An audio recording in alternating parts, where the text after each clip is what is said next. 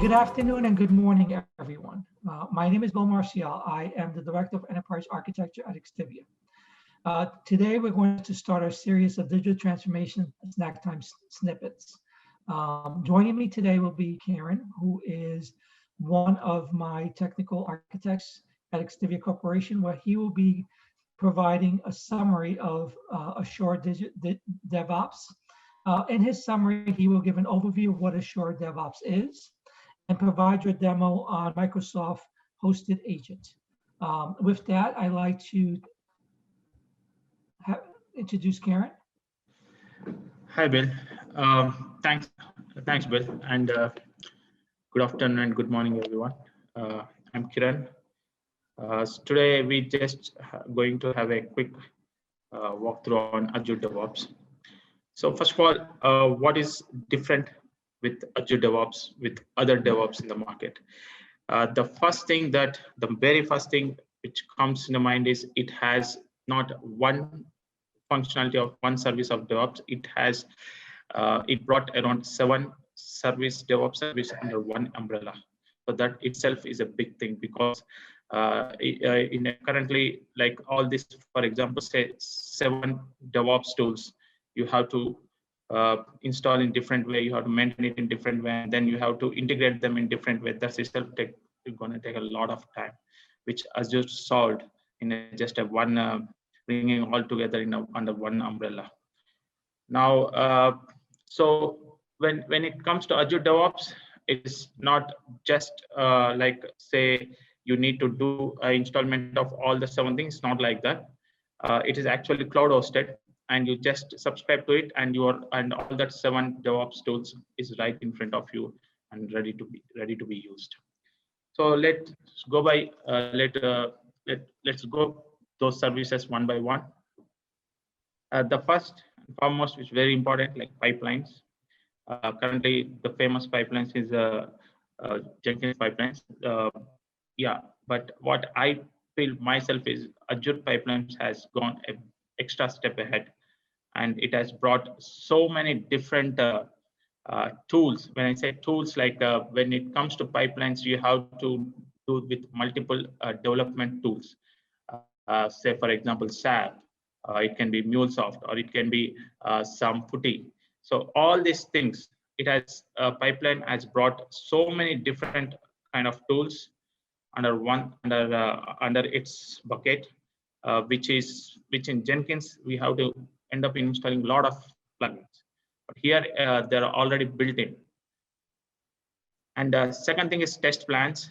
Right now it's manual test plans, not automated, but it's in the it is evaluating itself to the automated, but right now it's manual test plans. But the thing is, if without Azure pipelines, you have to install a separate test plan tools and integrate with your, say, Jenkins pipeline tool, then integrating itself will take a lot of time. Whereas here it is already integrated themselves. It is already viewed in such a way that you can use you can seamlessly use all the DevOps tools without any problem. And next thing is repo. Right now, GitHub and Bitbucket, all of them are popular, and obviously they only support Git, but here the repo has brought Git and TFVC. So like it supports Git servers and as well as TFVC server, and also it is giving a free private repositories. Like when it comes to private repositories, any other vendor you have to have, means you can have only, like, say, limited amount of repository free. Thereafter you have to pay. But currently Azure DevOps is giving free unlimited private repositories. Karen, I have a question for you. Yeah. You mentioned that they only support Git.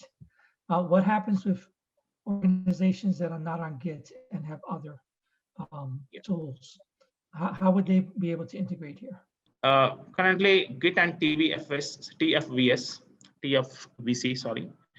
Whereas if it comes to another repo like SVN or CVS, then pipeline has extra tasks. I mean, they have different plugins where they can pull and push the code.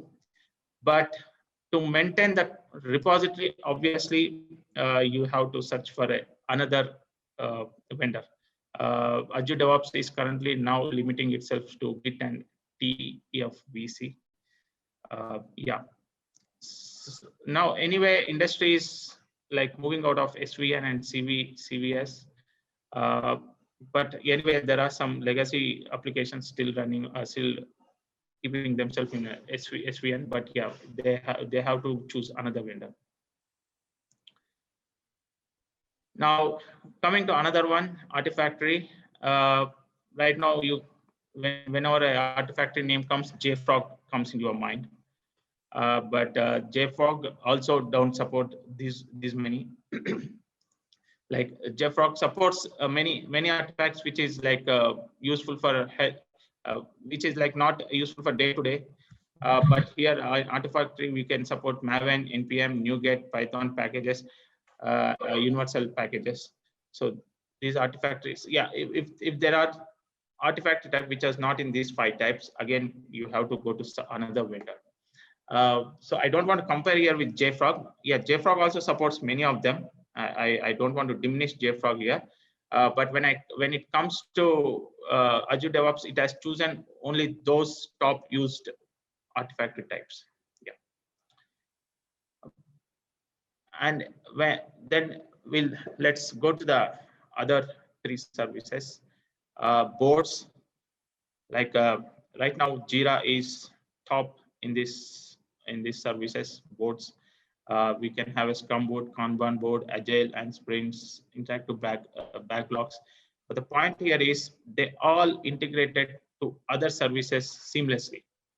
See, like manager creates a task in the board, right?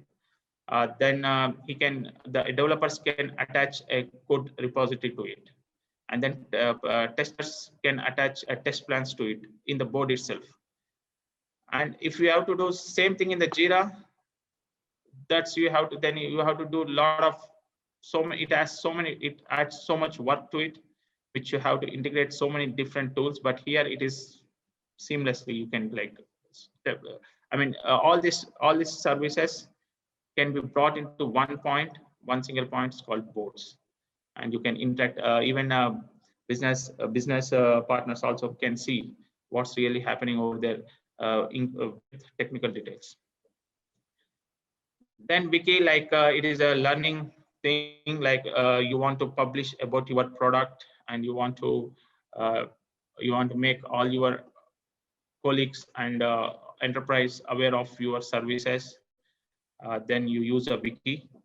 It is parallel to Confluence, and it has a very good formatting things where you can easily format your APIs and format your code and beautifully present, so that the learner can have a very easy way to understand what you've done. Then comes to dashboards. Well, all these things will obviously have certain records, certain things to say. All of them can be displayed on the dashboards, and these dashboards can be presented on some display devices on your workbench, and like near to your work area. You can display all of them in the display devices. So these are the 7 services currently Azure DevOps is giving, but it is day by day. Day by day it is increasing its services. It is evaluating itself into evolving itself into a different kind of like top to bottom one shop for the Azure for the DevOps. Yeah. Let's go to pipelines. Because of the time, I only want to stick to the first item, which is pipelines. So pipelines is further divided. Like to build a pipelines, you need to understand the hierarchy, what it needs. So pipeline consists a trigger. And when it comes to trigger, like your developer has done his coding, or a test has run successfully. So these are the timing scheduled, like you have decided to go to production on the Friday night. So all those kind of things can be kept in under the triggers. And it involves a pipeline. Pipeline consists of stages. So each stage is independent, and each stage picks certain machine to run. So it is very, that's why, I mean, you can have a parallelly, you can have stages to run parallelly, which is not possible in Jenkins, or sequentially, that's up to your choice. And then stage will in turn have a jobs. So jobs will again in turn has a tasks. When it comes to task, it is like checking your code and doing testing, or calling this API. So all those comes under the task. This is a very granular level of development things. So if you understand this structure, it becomes very easy for you to operate with pipelines. Once you build it, as I said, it needs a machine to run, or it needs a box, virtual machines to run. Now, Azure DevOps provides a Microsoft hosted agent, something called Microsoft hosted agents. So you don't need to set up anything. You don't need to worry anything about virtual machine, unlike in other DevOps tools. Microsoft will on demand allocates a virtual machine for you, and then pushes all this work to those virtual machine and quickly runs, and then pushes the result to the Artifactory. Then it kills that virtual machine. So we are only charged to the time that it uses the virtual machine. It's very minimal time. Say, for example, a particular pipeline ran, say, only half an hour. So you are only charged half an hour of the virtual machine, and it's died automatically after the half an hour. So it's very seamlessly, and you don't need to worry anything about it. What all you need to do is you just need to select operating system. That's it. It will do all the next jobs for you. So as I said, there are several services in the Azure DevOps. As I said, boards, repos, and pipelines, and test plans, and Artifactory. And yeah, and about wiki and everything that is in different. Yeah, in overview there is a wikis and the dashboards, which I showed in the slides. So let's come to pipeline. So I have created a pipeline for you already because of the time, and it's called My Shuttle Build. Let's see what stages it has.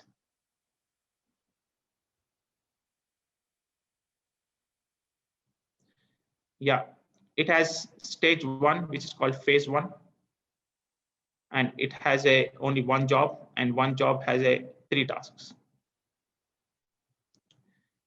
First, it gets the code from any repository. You can choose the repository here. It's all GitHub, and Subversion, SVN. You can pull from Subversion, Bitbucket, and other Git. Apart from this, if you have any other repos, you can use the plugins in the stages, and you can pull the code. Okay. Now let's go to this stage. What happening here? It is taking the code from here, and it is building using the Maven. Just you need to fill up some boxes here. That's it. And after building, it is copying the artifacts to the artifacts staging directory. As I said, the virtual machines are like on demand. They die immediately once the job is done. So all the Artifactory has to shift to certain directory. So it has given something called Artifactory staging directory. Then you publish those artifacts to, and you give certain name to those artifacts, and so that the next process can use that name and do the next following things.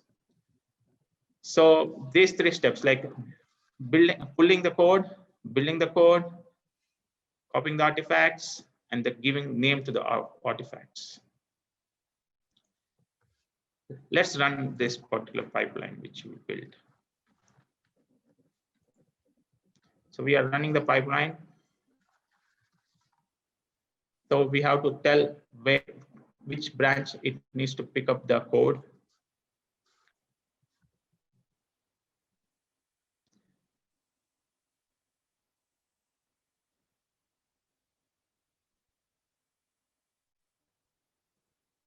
Yeah, it has actually picked up. It is in the it is queued this job. It is searching for the virtual machine. Once the virtual machine is available, it will, yeah, it got the virtual machine and now it's in learning stage. Let's see what's happening really in that virtual machine. So it's running the phase 1. It's going to the phase 1. And it is first initialized the job successfully, then checking out the code. And it has done the checking of the code successfully. Now it is building the code. So we can see all the console logs.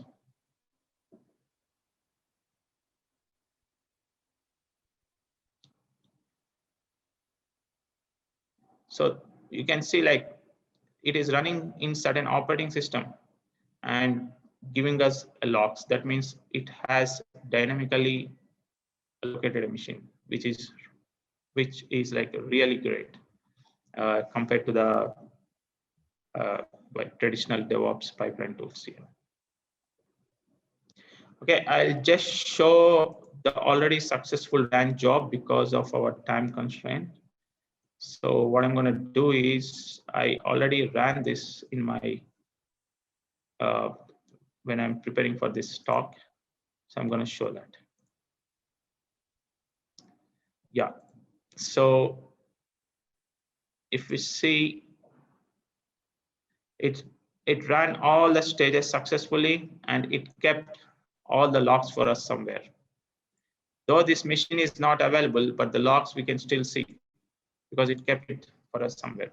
And more interesting is this builds also, I mean, the artifacts that is generated also kept for us safely so that anytime, like say, for example, a developer has done around 20 runs. I mean, he ran the pipeline for 20 times.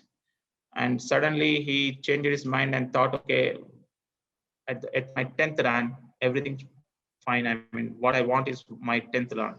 So you can take those artifacts from the 10th run and then send it to the production, send it to the next level. So, I mean, it will preserve all our artifacts, though the machines are not really there. And it's not only preserves, I mean, if we want it to be send it to certain like on-premise or certain storage server, we can do that. I mean, you just need to add a task saying that please send all these artifacts to my storage server. So you can also do that.